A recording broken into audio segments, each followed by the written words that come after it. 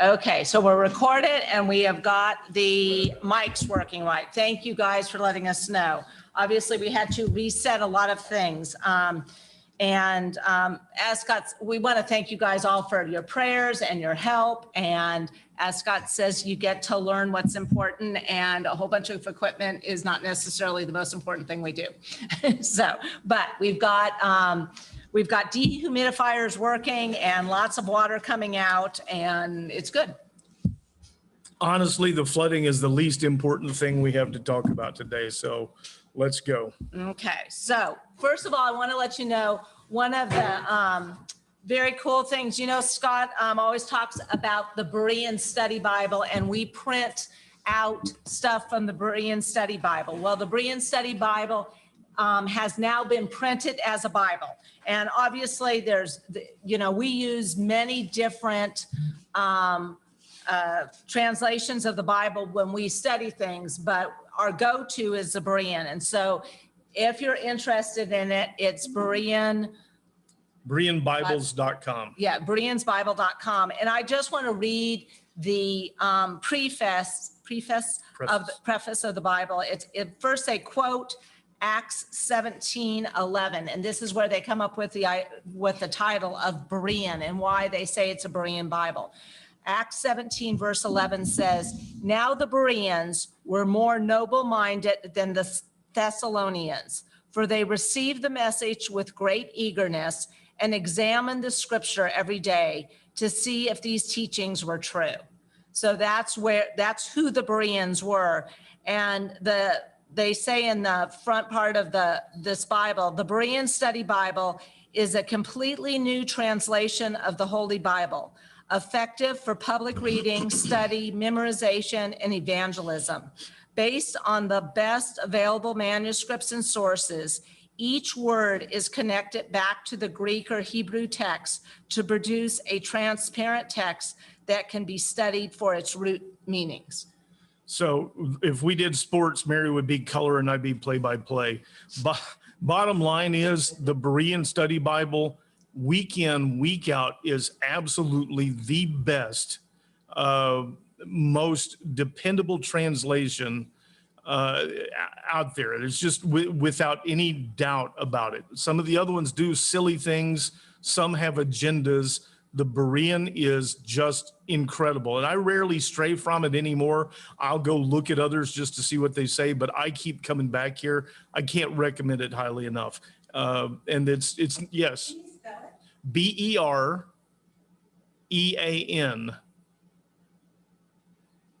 And the Bibles they're not, they don't have a ton of footnotes. There's no maps in the back. There's no concordance where you can find all the verses for love or anything like that. It's just the Bible. And we were reading because our next study is going to be on the early church, and we're going to use Acts. And we were reading part of Acts last night, and it was. It hasn't been in print like this before. It's just, it's just happened. But we got them in, and I flopped it open, and I hit Acts 26, and I read one chapter, and it changed my vision, my perception of that chapter in the first sitting. I mean, I saw things that I had never seen before, and it's all because of the translation and the way it's worded. It's just, I mean, it's fabulous. I can't recommend it highly enough. And because we're going to be using it, if you can get one, it'll really help. Yes. They're only available on the BereanBibles.com, and so they have it on soft cover, and they're not cheap. The hardcover is $25, and the other one's $35 or $40. Well, as things go anymore, it's not 1929. They're really not that bad, but okay. Things get expensive. But their idea, and they still make it available for free, and it's always been about it's available online for free. But we like having it in print. But they're not a for-profit kind of a group. So, all right, let's move on. Okay, so where we left off last week, we were on Daniel 9, and we left off at we finished verse 19. So we're going to start at 20. Just to refresh your memory, Daniel is 80 years old. He has received the He has access to Jeremiah's prophecy. Jeremiah, remember, was a prophet during this time period too. At this point, Jeremiah has been dead many decades, but his prophecies have been written down in book form. And Daniel at 80, who has been in Babylon for 70 years, is reading his prophecies. And he realizes that the prophecy that the Israelites are going to be told to go back to Israel, that time is coming. And last week we studied the prayer Daniel did, and Daniel did a prayer of repentance to God for the people. And it's a beautiful prayer, and we stop there. And then so I am going to read Daniel 9, starting at verse 20. While I was speaking, praying, confessing my sin and that of my people Israel, and presenting my petition before the Lord my God concerning his holy mountain, while I was still praying, Gabriel, the man I had seen in the earlier vision, came to me in swift flight about the time of the evening sacrifice. He instructed me and spoke with me, saying, "O Daniel, I have come now to give you insight and understanding. At the beginning of your petitions, an answer went out, and I have come to tell you, for you are highly precious. So consider the message and understand the vision." So a vision, remember, a vision is thought of different as a dream, and a vision, he was awake. And then the other thing is, we read this, remember, weeks are, a week is considered a year. In this case, he's talking about years. He's talking about groups of 7 years.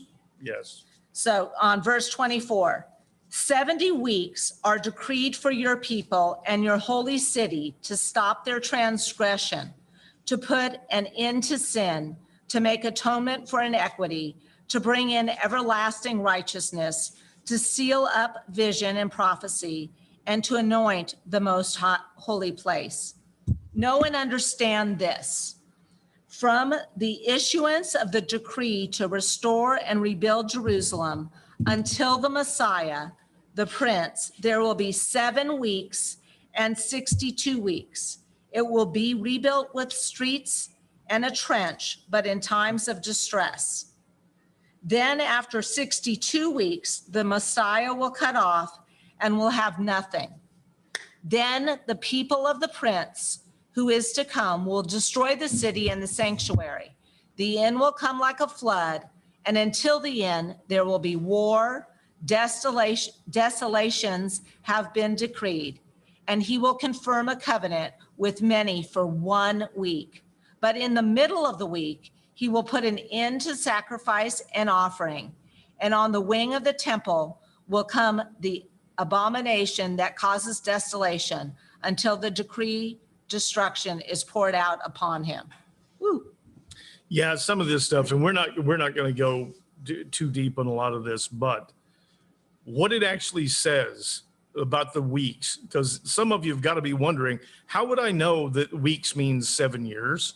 And it's tough, but what it actually says is 77s. And they took that and made it into weeks, and that's okay. That's how it's usually translated. But it is these groups of 7 years. And you always have to keep in mind with Daniel that from the beginning, this is about the events leading up to the coming of the Messiah, to the coming of Mashiach. And the only difference is now we've suddenly gotten this reference to what are known as the end times, this thing that happens in the far distant future. And what Gabriel has told him is there's 77s that have been decreed for your people. So this is about Israel. This is, I mean, very much About the Jews. About the Jews. And these events, there's a period of 49 years. And 490 years. no, 7 years, 4 to 7, so 7. that was the first one, So sorry. what he says is there's 7, and then there's 62, and then there's 1 at the very end. Let's skip out to the 1 at the very end, because We know through other prophecies, Jeremiah and then John's Revelation, the last book in our Bible, that there is this time at the very end where things get really, really bad. And what this tells us is that last 1 week, the last 7 years, this politician who comes from the sea, which is politics, is going to make a covenant. He's going to make a deal with Israel and tell them he's on their side and they get to keep it. And right in the middle of it, so we've got 7 years, and a lot of people talk about this last 7 years being the tribulation. Everything ties together here. But right in the middle of it, he's going to break his promise. He's going to break his covenant, and Israel will finally be broken. It will, their power will be ended. So this is this prophecy about the end times, and it ties in so well that we're confident that's what it's about. And because of that, remember, Gabriel has told him there's 70 of these 7-year periods. We know one of them is in the far distant future. And it's so obvious that I don't think anyone disputes, well, some do. But because we know they are separated, then there's no reason to think that the other 69 are not separated. So there's 3 different groups. 3 different events. One has to do with the rebuilding of the temple. Remember, it got destroyed when they got hauled off to Babylon. The Babylonians just came in, and it has to be rebuilt. So there's going to be this period of time where it gets rebuilt. And then there's going to be this other time leading up to the coming of Jesus, of the Messiah. And getting further into the weeds than that, what we realized when we started studying is that this little piece of the 70 weeks divides theologians and churches in the most incredible ways. There is no agreement on it. And some people go into detail, like the from the time that the temple was built to the Messiah, they figure out it started on April 27th and ended on March whatever, and 463 years later. And they say they've got it, they say they've got it figured out like to the day and the hour. It's ridiculous. And it leads a lot of people astray. It leads people into places. What I want to mention out of this, and then we're going to let it go, but it says about the first period, about the rebuilding of the temple, from the time the decree went out to rebuild the temple, there's 7 weeks, 49 years. And they start getting into in order to make everything work the way they're trying to, they're trying to figure out, well, is that when Cyrus said to rebuild and sent them? Or is that when Artaxerxes did? And is that when Jesus was born, or when he was baptized, or when he, and they go through all of this stuff, and they're trying to figure this out down to the month and the day. And it's just silly. But when it comes to the thing about when the decree went out, from the time the decree went out, verse 25, the time the decree went out to rebuild the temple, there are 7 of these weeks. Here's the one thing I want to tell you about that. It actually doesn't say, and I know this is Berean and I know why they did it, but they didn't anticipate people trying to pick this thing apart. It actually says from the time the word went out. And because they translated it as decree, innocently translated it as decree, people have looked for a king to make a decree. But just a few verses earlier, Gabriel tells Daniel that from the time you begin, the moment you begin praying, a word went out. And that word was from God. It was a word from God for him to come and tell Daniel these things. A word went out. And that's verse 23. It says Verse 23. At the beginning of your petitions, an answer went out. An answer went out. A word went out is the literal translation on it. And then 2 verses later, it says from the time the word went out to rebuild the temple, I believe that's the word from God. and he sets his own schedule.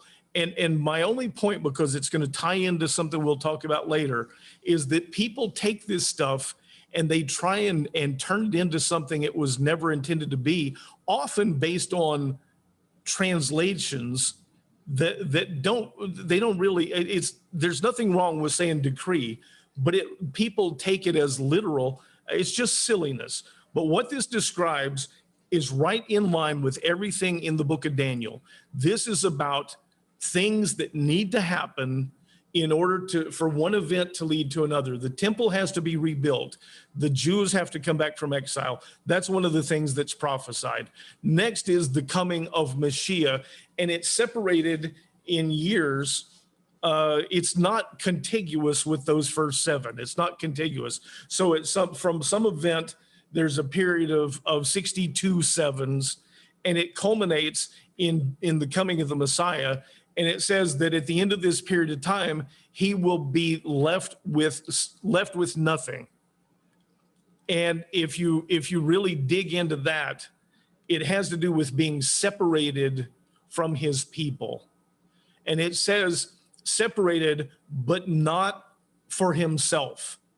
And when you look at it just with the intent, it's an amazing prophecy, because it talks about him being in the Old Testament under the law. If you mess up the Sabbath, you're supposed to be cut off from your people.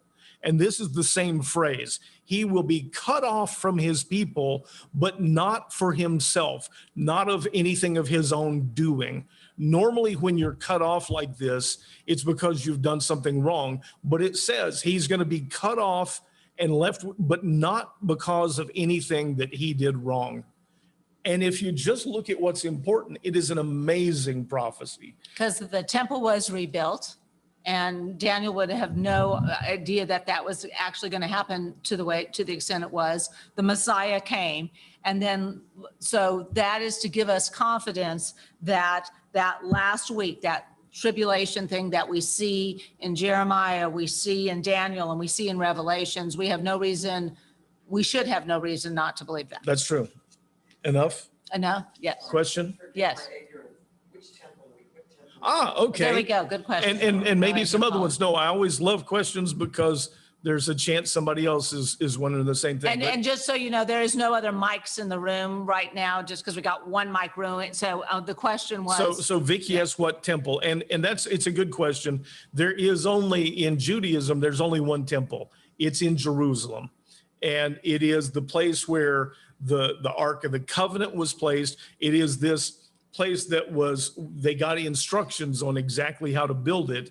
And it is not intended to be seen as a place that houses God, but it is a place of prayer. It says this will be a place of prayer for all people.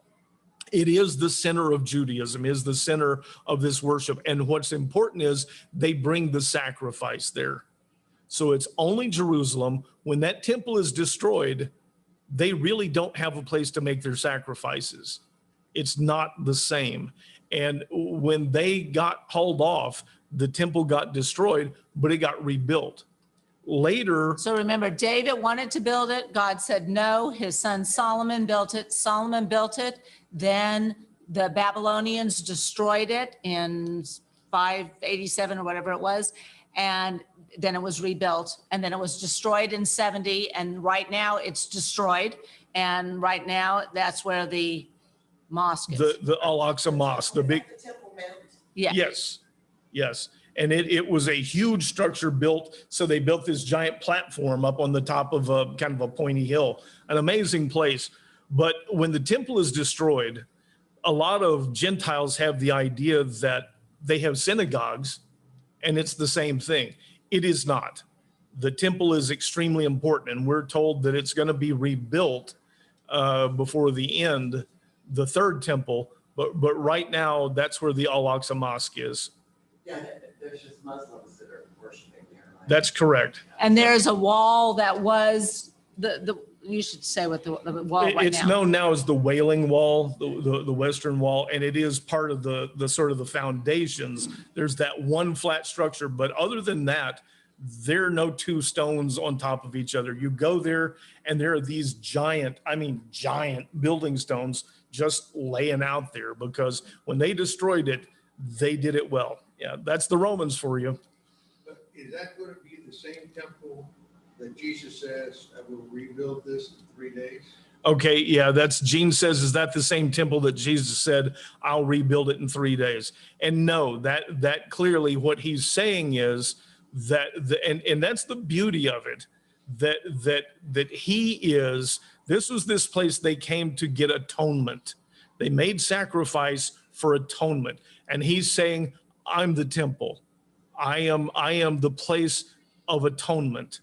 Or the way to atonement now, and it has changed. But, we might as well digress a little bit. God makes this covenant with Israel. And the beauty about his covenants is they don't end. His word, he's always steadfast in these things. I don't understand the full relationship with Israel. A lot of people speculate, but there's still a deal on with them. There's still a covenant, even though they choose not to avail themselves of their end.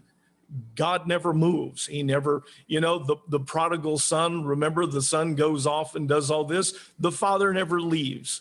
All the prodigal son ever had to do was come back home, and the father is there. These things are all sort of models for this. So there's a side deal with the Jews, and I don't try and figure it out, because I don't try and make rules for God, and because it doesn't involve me. But that covenant doesn't end. And part of what we see through this prophecy is that at the end, they are still very much in the plan.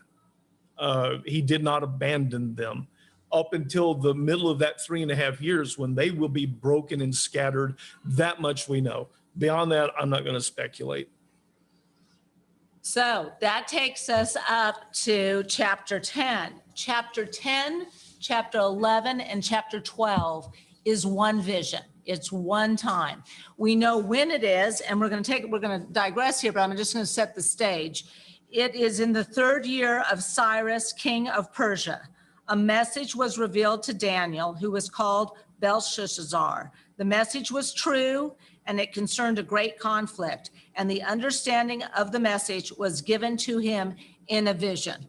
These last 3 chapters is the last time we hear of Daniel. We know, if we believe Daniel was taken away at the age of 14, if he came to Babylon, he is 82 years old. We're turning off the dehumidifier because I feel like I'm screaming over a dehumidifier. Sorry.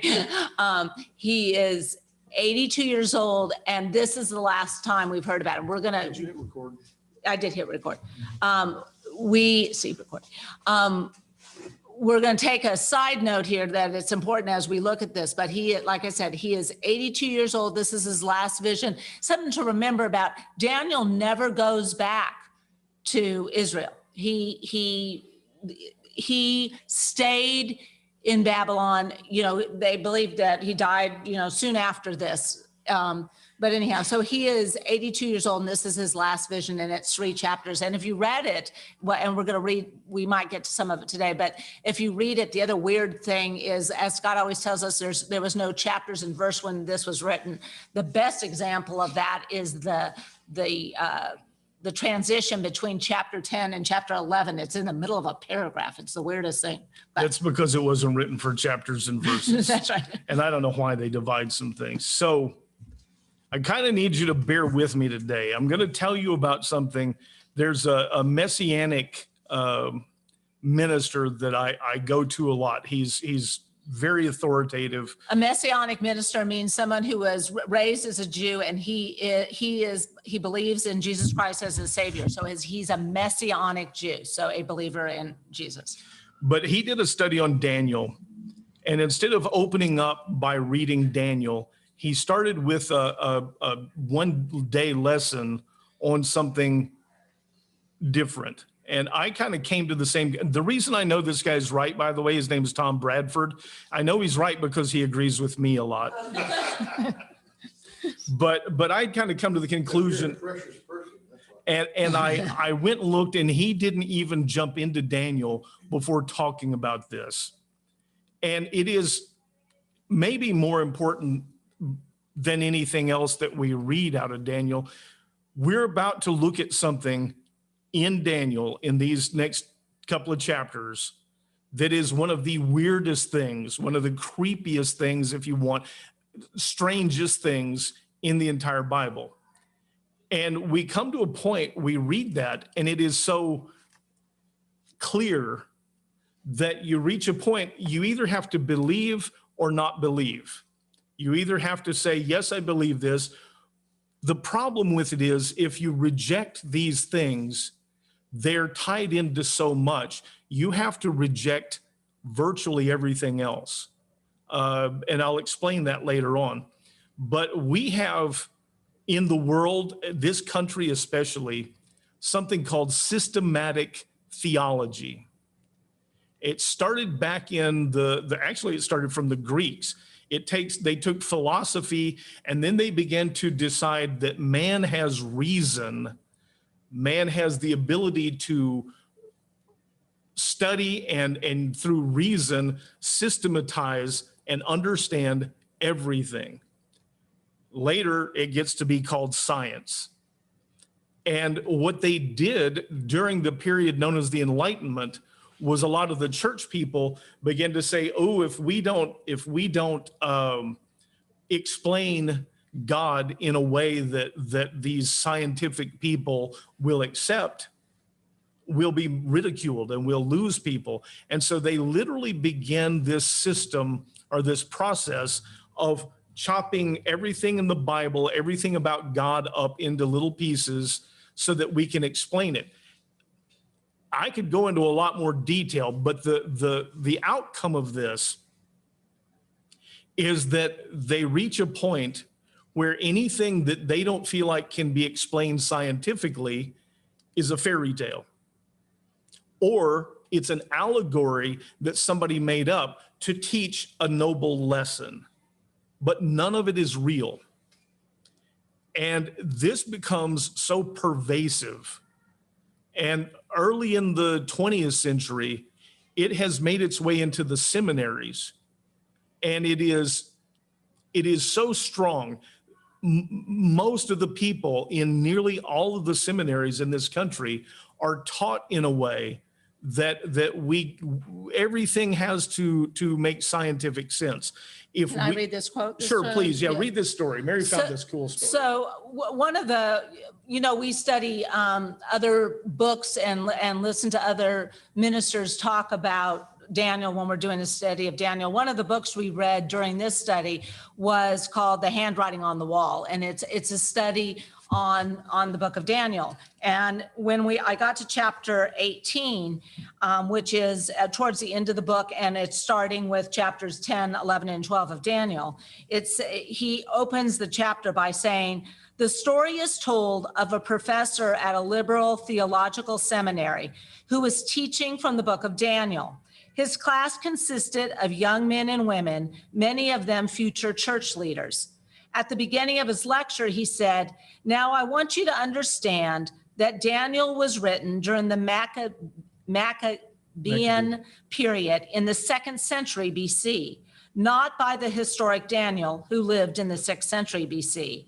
The facts were written, as all history is, after the events took place. One young man raised his hand and asked, how can that be, sir, when Christ said in Matthew 24:16 that it was written by Daniel? The professor paused a moment, looked the student in the eyes and said, young man, I know more about the book of Daniel than Jesus did. So, and should we look at Matthew 24 just to make sure people understand what he said about Daniel, or no? Go ahead. So if you turn to Matthew 24, sorry, I should have had that marked and I didn't. And let me see, I had what chapter, Matthew 24. As Jesus left the temple and was walking away, his disciples came up to him to point out its buildings. Do you see all these things? He replied. Truly, I tell you, not one stone here will be left on another. Everyone will be thrown down. While Jesus was sitting on the Mount of Olives, the disciples came to him privately. Tell us, they said, when will these things happen? And what will be the sign of your coming and the end of the age? Jesus answered, see to it that no one deceives you. For many will come in my name, claiming I am Christ, and will deceive many. You will hear of wars and rumors of wars, but see to it that you are not alarmed. These things must happen, but the end is still to come. Nations will rise against nation and kingdom against kingdom. There will be famines and earthquakes in various places. All these things are the beginning of birth pains. Then they will deliver you over to be persecuted and killed. You'll be hated by all the nations because of my name. At that time, many will fall away and will betray and hate one another, and many false prophets will arise and mislead many. Because of the multiplication of wickedness, the love of most will grow cold, but the one who perseveres to the end will be saved. And the gospel of the kingdom will be preached in all the world as a testimony to all the nations, and then the end will come. So when you see standing in the holy place the abomination of desolation described by the prophet Daniel, let the reader understand. Then let those who are in Judah flee to the mountains. Let no one on the housetop come down to retrieve anything from his house, and let no one in the field return for his cloak. The miserable days, those days will be for pregnant and nursing mothers. Pray that your flight will not occur in the winter or in the Sabbath, for at the time there will be a great tribulation, unmatched from the beginning of the world until now, and never to be seen again. If those days have not been cut short, nobody would be saved. But for the sake of the elect, those days will be cut short.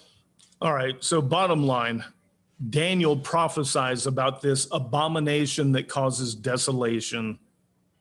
And what systematic theology does, it begins with the presumption there is no such thing as prophecy. There are no such things as miracles. We can explain it all scientifically, and if we can't, it's a fairy tale. And it may hurt some of your feelings. I mean, I knew that to say this, but most of the ministers in our denominational churches have come through seminaries that teach them exactly this. These are good stories. They are beneficial for us, but this fantastical stuff isn't real. And they start from the position, and I told you this at the beginning of Daniel, we read these commentaries, and if you start from a position that says there's no such thing as prophecy, therefore anything that purports to be prophecy was written after the fact.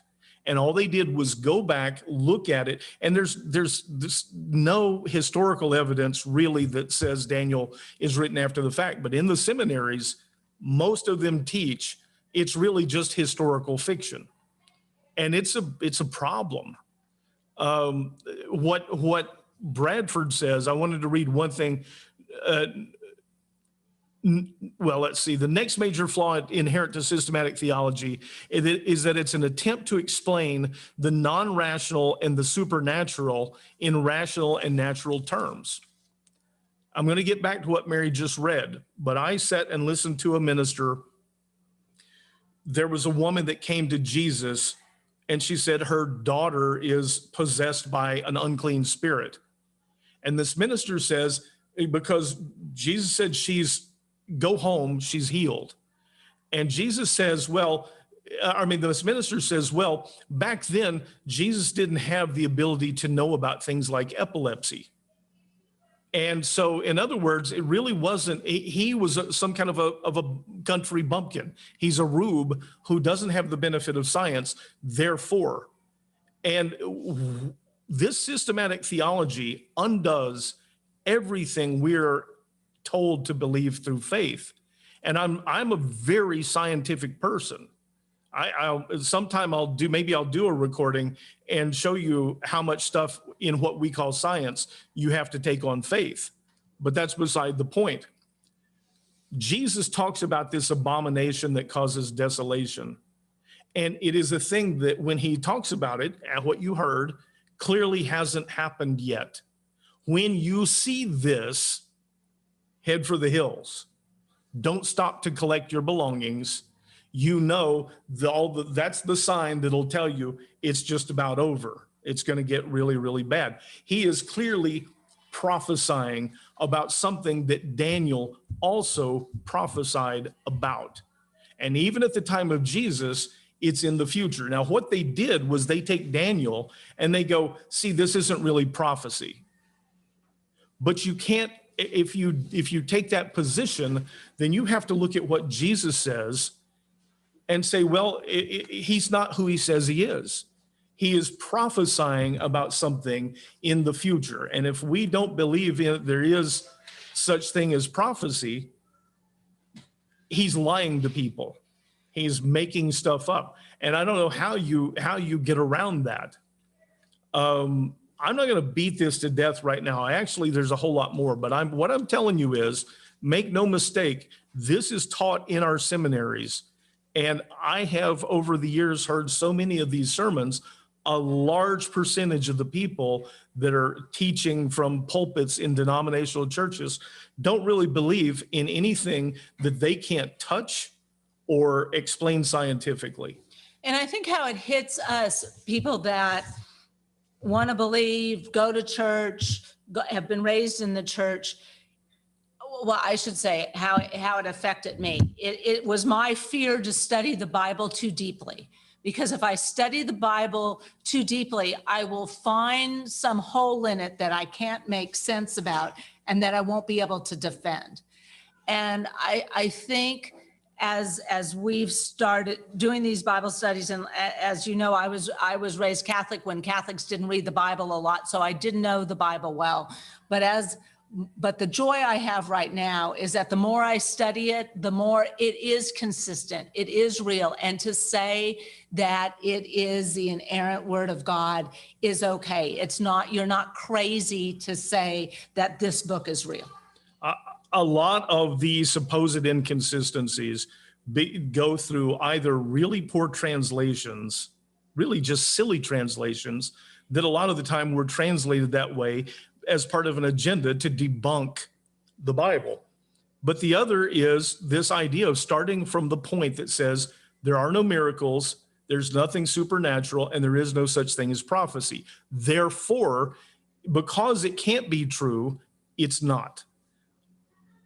Let's go to chapter 10, and maybe this will start to make sense. I don't want to read the whole thing. I really don't. We're going to read the first part, though. Okay, Sure. read the first part. In the 3rd year of Cyrus, king of Persia, a message was revealed to Daniel, who was called Belshazzar. The message was true, and it concerned a great conflict. And the understanding in the message was given to him in a vision.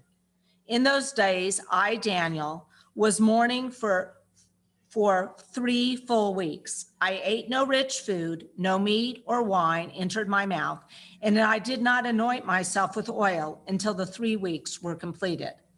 Let's stop right there for a moment. Okay. Often gets overlooked. It's important to us. Daniel is not fasting. It is a type of fast, but he has gone to God. He is earnestly seeking God. And for 3 weeks, his diet is probably, seeds and stuff. He's not drinking wine, which is sort of a big deal in that. So he's drinking water. He is stripping him down to bare essentials and seeking God. And that takes effort. That is something we rarely dedicate ourselves to. I clearly have not been fasting. And so this is a process, and it's an important part of this. He is earnestly seeking God. He knows the time of return from this Babylonian exile is at hand, and his heart is aching, and he's looking to God to know what's gonna come to be. So is he 80 at this time? 80, Ballpark-ish. 82, yeah. Yeah. So this is an idea of cleansing himself to be in a position to be present with the Lord? I think that's fair, because cleansing himself, It's not a full fast in the sense of, it says he ate no rich food, no meat, he drank no wine. And it also, some people say he didn't use any ointments. What he does is this sort of using oil serves as bathing, in between these. So he is really leaving aside everything except for the absolute bare essentials and focusing on seeking God, God's will, God's revelation. Let's look at what comes next. On the 24th day of the first month, as I was standing on the bank of the great river, the Tigris, I lifted my eyes, and behold, there was a certain man dressed in linen with a belt of fine gold from Uphaz around his waist.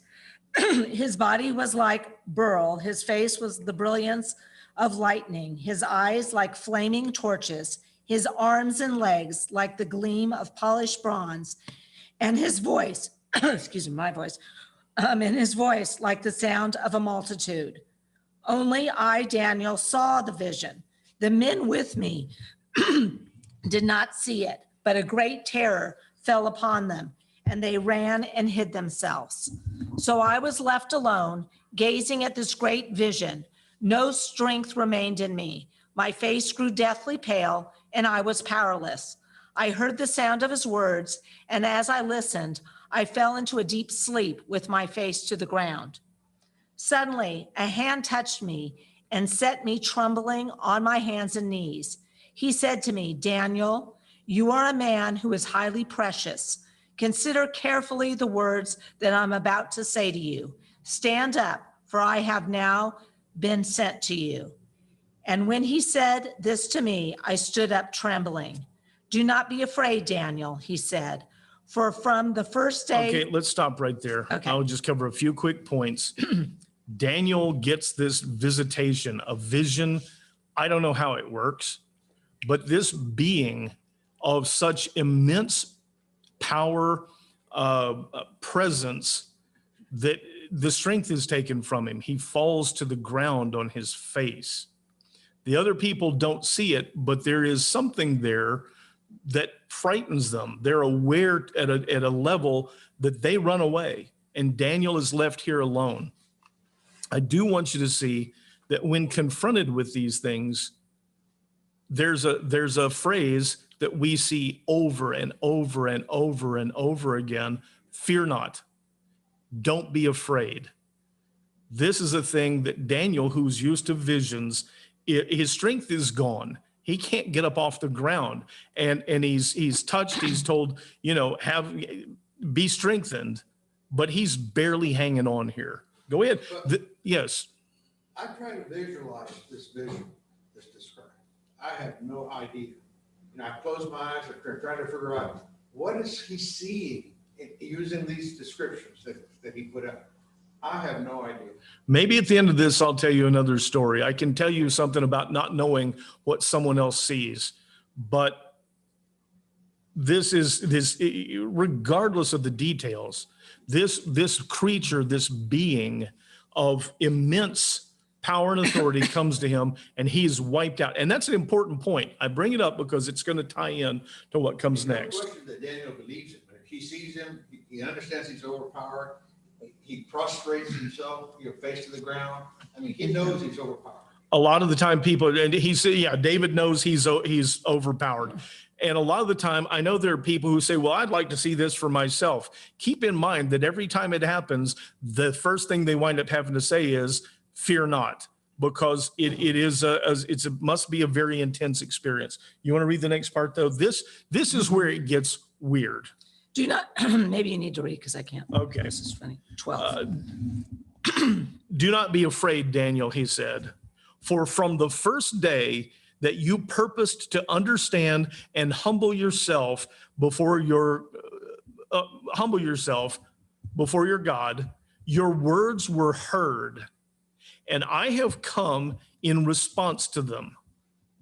However, the prince of the kingdom of Persia opposed me for 21 days.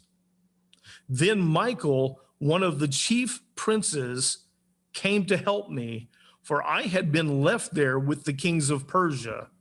Now I have come to explain to you what will happen to your people in the latter days, for the vision concerns those days. We have this visitation, and he tells Daniel, from the moment you humbled yourself and sought God, you were heard, and I was sent to deliver you this message. But I was held up. I was opposed and stopped by, he calls it the Prince of Persia. And first of all, the idea that this is a regular prince, it's not even the king, is kind of silly. Remember, this is a being of such immense power that Daniel literally falls to the ground. No Prince of Persia. I mean, the king of Persia is Cyrus. The prince did not do this. And he is just, and I tell people in these classes from time to time, there is more to this place than meets the eye. This story, you either have to say, I believe it, in which case it has tremendous implications, or you have to say, I don't believe this could happen. And the problem is that it's like a wall. You're either on one side or the other, because as we go on with this, you see that it has implications for everything else. And if you don't believe that this could happen, then the things that we learned didn't happen. And you have to just say, I don't believe any of it. It puts us in that kind of a spot. You're on one side of the wall or the other. So he tells him, I was withstood by this Prince of Persia for 21 days. And Michael, the archangel we call Michael, came to help me and basically hold whatever this is off while I come to you and deliver this message. It is, I'm telling you, if creepy is not the right word, I don't know what it is, but it is awe-inspiring. And it puts you in a position of looking at that and saying, what do I do with this? What do I do with it? Because if I believe in this, I got to believe in a whole bunch of stuff. And if I don't believe in this, then I have to say, I don't believe in a whole lot of things that come later. So you want to go forward? But what is it? What is it? Yeah. I mean, what is the Prince of Persia? We will see in upcoming portions of 10, 11, and 12 that it refers to Michael himself as a prince. This word that's used, the actual word that it comes from, indicates, and we know that Michael is talked about way back in the Old Testament. He's talked about here, and he's talked about all the way forward coming to Mary. This is not Two angels are mentioned in the Bible. Two angels, Gabriel and Michael. Gabriel and Michael. Gabriel means God is my strength. Michael means who is like God.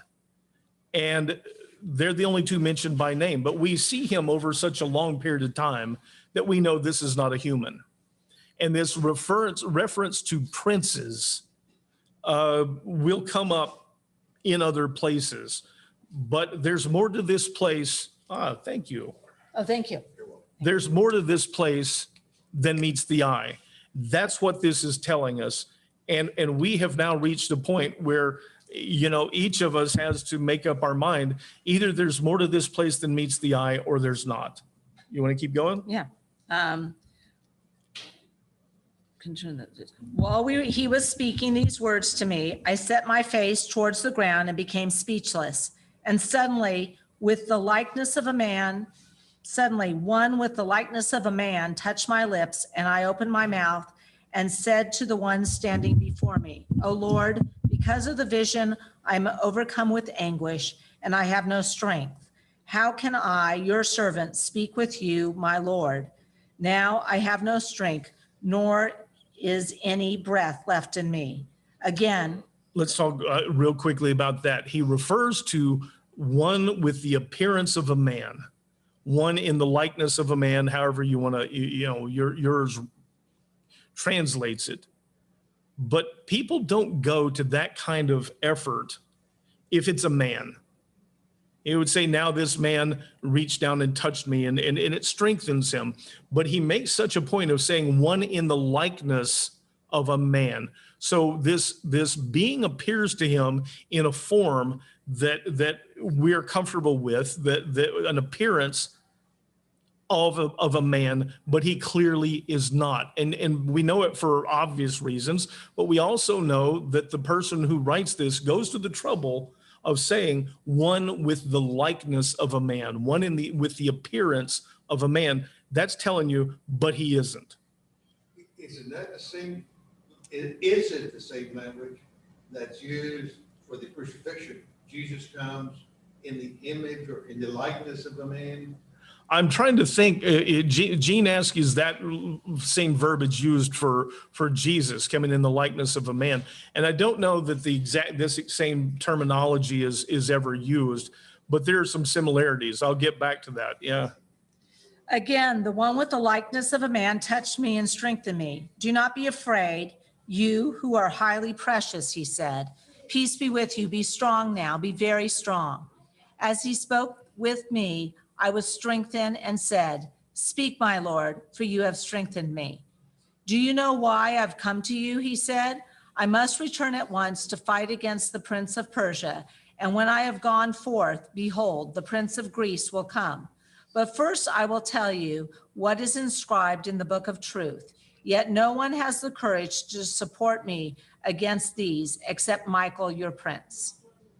And I, at the first year of Darius the Mede, stood up to strengthen and protect him. Let's stop there. And as you can see, I read the first verse of chapter 11. Yeah, it's obviously one pair of sentences, and there's a chapter break in between. That's why I kind of quit paying attention to chapter breaks, except it helps us find things.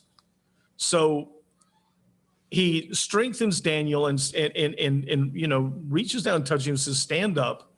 And he's strengthened. But he says, I need to tell you this because I have to go back and return to fight this prince of Persia. He says, when I go forth, the prince of Greece will come. I don't know what the heck that means. I don't have a clue, except there's stuff going on here that's more than meets the eye. And he says, but first, I will tell you what is inscribed in the book of truth. Yet no one has the courage to support me against these except Michael, your prince. Michael, he is in another place identified as being this prince, this overseer of the nation of Israel. That's Michael's charge. And whatever this being was facing, no one else had the courage to help him out except Michael. This is strange stuff. It really is. But the next sentence, chapter 11, and I, this is this being talking to Daniel. And I, in the first year of Darius the Mede, who is currently now king here in this area of Babylon, in his first year, I stood up to strengthen and protect him. This rise of the Mede and Persian Empire was prophesied all that time ago to Nebuchadnezzar. For the Medes and Persians to defeat Babylon, if you study the history and the relative might of the two, was unthinkable. It couldn't happen logically. Babylon, Nebuchadnezzar's, they were much too powerful, and yet here they come and they overrun Babylon. It was unthinkable. But Darius, what we're hearing, what we're reading, Darius was in some kind of predicament. He was in a precarious position. And this person, this being talking to Daniel says, in his first year, I personally came to strengthen and protect him. Once again, it takes away any possibility that this is just a human. How does one guy come in and protect the new king in Babylon? It makes no sense if you want to try and take a humanist scientific explanation of this. In Darius's first year, I personally came to strengthen and protect him. Let's keep going. We only have a couple of minutes. I'm going to read the next two paragraphs because these are things that we have heard about before and it all makes sense. Now then, I will tell you the truth. 3 more kings will arise in Persia, and then a 4th, who will be far richer than all the others. By the power of his wealth, he will stir up everyone against the kingdom of Greece. That is Alexander. Once again, Alexander is being prophesied. He's not there yet. Then a mighty king will arise who will rule with great authority and do as he pleases. That's Alexander. But as soon as he's established, his kingdom will be broken up and parceled out towards the 4 winds of heaven. It will not go to his descendants, nor will it have the authority with which he ruled, because his kingdom will be uprooted and given to others. I'm gonna stop there. Eventually, Alexander defeats this Mede and Persian empire. He takes this small force, and everyone says Alexander's a military genius. But again, it is uncanny. He takes this small force, defeats the Medes and Persians. He runs over everything for a period of, relatively few years, and then suddenly dies at 32 or 33. And his kingdom, Alexander's kingdom, empire, is doled out to 4 generals. And he has 2 sons, 1 illegitimate son, 1 son. Both of them die before Alexander dies. He has no heirs, and it's divided among 4 generals that are not his descendants. And it says his kingdom will be divided up to the 4 winds of heaven. And they refer to them constantly later as the kingdoms of the north, south, east, and west. That's how they are referred to. It is a precision prophecy. And that's why they say, well, there's no way prophecy happens. So this was written after the fact, because it is in fact so accurate. And in the next 2 chapters, there is this long thing of prophecy that I'm not going to, it'll bore you all to death, because not only is it very detailed, but then we have to go to historical records and show how accurate it is. And by the time we did that, I think all of you would desert us over it. So are we going to do one more week? Yeah, let's do one more. Let's do one more on it. But here we are. We have Daniel getting this visitation from a guy who claims that he has withstood an army. He claims that he alone came in to strengthen a king and protect him in his first year when he was vulnerable. And he claims that Michael is this prince over the nation of Israel. And we'll see that later on. This is stuff. This is a point where you have to come, and we have been so steeped in systematic theology. We've gotten to the point that we feel like we must apologize for anything that can't be explained scientifically, that we shy away from this. This makes us uncomfortable. So is it a story, or do you look at it and say, wow, I have to open my eyes up to the idea that there is more here and that we are not the greatest beings in the universe? That's what systematic theology has done to us. And like I said, I may do a recording on it just to give you some more depth and proof of it. But this is the church that I grew up in. And we mock people who talk about things like this as if they're real. Here we are at the end of Daniel, and we've all got to come to a conclusion. And it's over And 10. it's over time? All right. God, you ask us to believe things on faith. And there are times our faith is challenged. We struggle. We are children. We look around at a world. We look around at a universe. We see things that we don't understand. And like children, we come up with our own stories. We ask for that faith to be strengthened. We ask that our eyes be opened, that we recognize that we're not in control, that in fact you are. The rules we try and make for you are ridiculous because you created the rules, you created the behavior. Help us to keep that in mind. God, guide us, open us up. Let these words mean something to us. Amen. Thank you, guys. Like I said, we're going to finish Daniel next week, and then we're going to take a dive into the early church through Acts. We'll go to the New Testament. So Thanks. thank you very And much. again, thank you so much this week for the prayers. Some of you that you know came, that were able to come and help, and I know most of you cannot, but it made a difference to see the words, see the faces. It really, really helps. So thank you. Thank you, guys. Bye, y'all. Thank you. Bless you all. Bye. Have a great week, everyone. Thank Bye-bye. you. Bye. Thank you. Bye-bye. I had the kids.